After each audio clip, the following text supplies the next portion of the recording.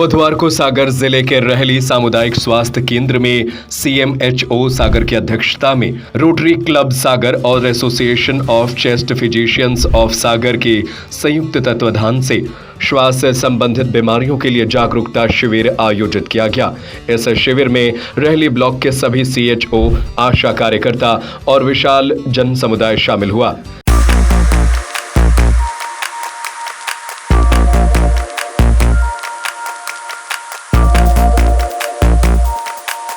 स्वास्थ्य शिविर को संबोधित करते हुए सीएमएचओ ने विभिन्न श्वास संबंधित सरकारी कार्यक्रम जैसे टीबी उन्मूलन 2025 के संबंधित जानकारी दी और उसको सफल बनाने के लिए सभी को अपनी सहभागिता बढ़ाने पर जोर दिया।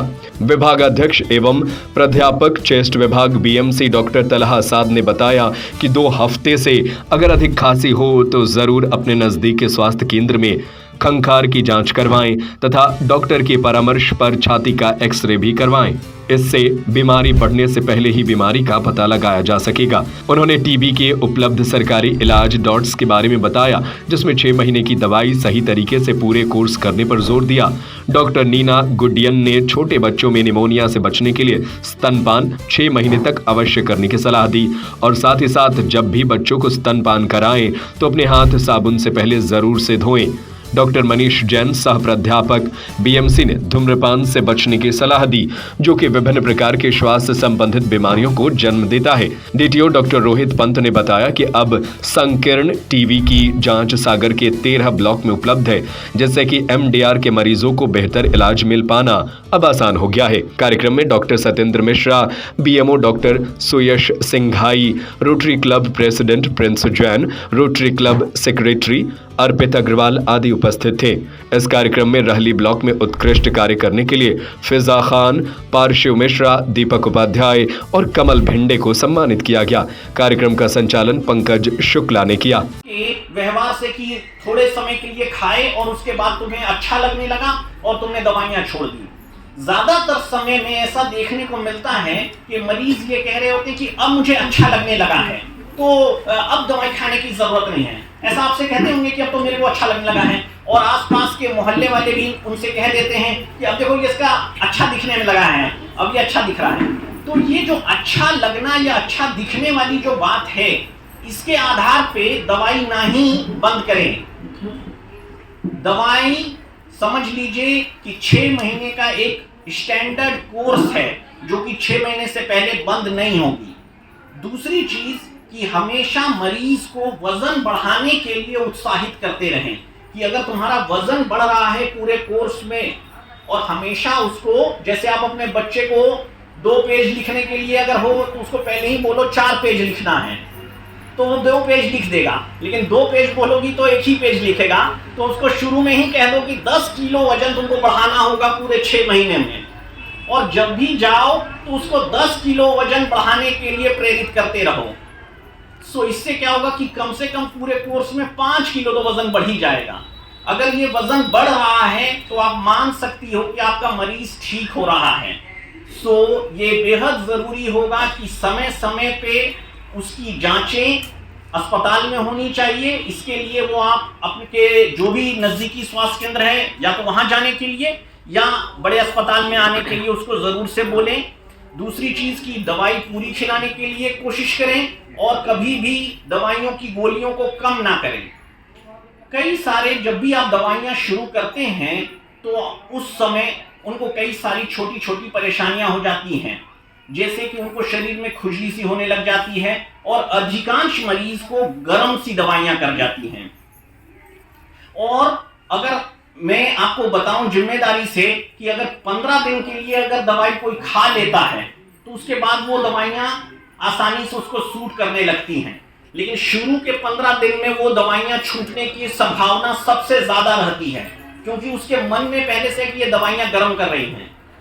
मैं उसको समझाने के लिए कह रहा होता हूं कि जैसे तुम समझ लो कभी ट्रेन में गए और सीट तुम्हारी नहीं पहले से है, तो इतनी भीड़ रहती है कि तुम्हें लगता है कि आज नहीं जाएं इस ट्रेन से, कल चले जाएंगे।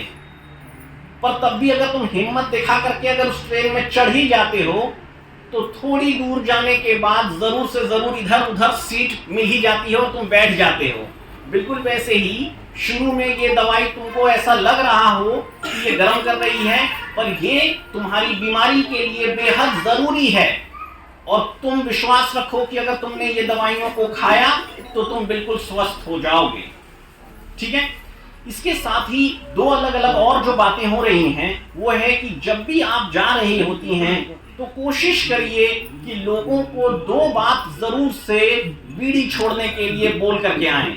हो सकता है कि आपको लगे कि आपके बोलने पे कोई फर्क नहीं पड़ रहा है, लेकिन जरूर से जरूर थोड़े समय में आपको महसूस होगा कि अगर आपने 10 लोगों को बोला है तो एक तो जरूर ही उसमें बदलाव आ रहा है। ठीक है। तो जरूर से जरूर बीड़ी बंद करवाने की कोशिश करें। और जब भी वो अगर लकड़ी में खाना बना रहे हैं या चूल्हे में खाना बना रहे हैं तो इस बात का ध्यान दें कि धुएं में ज्यादा समय ना रहें, और धुएं में अगर खाना बनाते हैं तो दुपट्टा जरूर से लपेट करके ही खाना बनाने की कोशिश करें। छोटे बच्चों में निमोनिया की वजह से हमारे प्रदेश में सबसे ज्यादा बच्चों की मौतें हो रही हैं, और इसे सिर्फ दो छोटी चीजों से आराम से कंट्रोल में लाया जा सकता है, और जो मुफ्त है और आपके बिल्कुल हाथ में है। निमोनिया जिसके की वजह से छोटे बच्चे जो सबसे ज्यादा अपने प्रदेश में मर रहे हैं, उसमें सिर्फ दो चीजें जो मुफ्त में आपके पास है, जिसको आप इस्तेमाल करके अपने बच्चों को बचा सकते हैं, और आप जहां जहां जाते हैं वहां पर मृत्यु दर को काफी कम कर सकते हैं। और वो दो चीजें क्या हैं? पहली चीज है 6 महीने के लिए स्तनपान। ये ज्यादातर जगहों पे आप देखेंगे कि वो इधर उधर की बाहर के फलाना ढिमका ये वो करके सब बर्बाद कर दे रहे होते हैं। सिर्फ 6 महीने के लिए पूरी तरह से स्तनपान जरूर से जरूर कराने के लिए अपने जितनी भी महिलाओं से आप मिल रहे हैं उनको जरूर से जरूर इस बात के लिए बोलें। और दूसरी चीज की जब भी स्तनपान करा रहे हैं उससे पहले साबुन से जरूर से हाथ धो लें। बस दो छोटी सी बात, अगर ये बातों को सही से फॉलो किया गया तो आप पाएंगे कि आपके इलाके में मृत्यु दर छोटे बच्चों का काफी कम हो गया है। मैंने काफी लंबा कुछ बोल दिया है और बाकी और टीबी के स्पेशलिस्ट हैं। आज जो हम लोग यहाँ आप लोगों को सर ने आके बताया है, ये इतनी जरूरी जानकारी है कि मैं चाहती हूँ कि आप सब लोग, जैसे हमने पोलियो को भगा दिया, हमने एक और कौन सी बीमारी को भगाया? पोलियो के अलावा कोरोना, और उसके पहले कुष्ठ रोग, और पहले एक बड़ी माता जिसके टीके लगते थे। तो ये जो 3 बीमारियां जब हम भगा सकते हैं तो क्या हम टीबी को नहीं भगा सकते? और ये प्रण किया गया है, सरकार ने भी ये बोला है कि 2025 तक हमें हमारे देश से टीबी को मुक्त करना है। Vatsalya Senior Secondary School, starting from pre-primary to senior secondary. Personalized education commitment ensures that each student nationally recognized curriculum. School has labs including physics lab, biology lab, chemistry lab, computer lab and book library. Beautiful 13-acre campus to students to learn and play with magnificent modern facility and traditional architecture.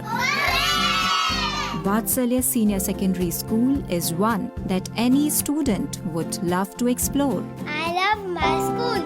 And determinations, sports, activities, and dance room. Vatsalya reshapes one student at a time to build a strong community. Vatsalya is where education meets excellence.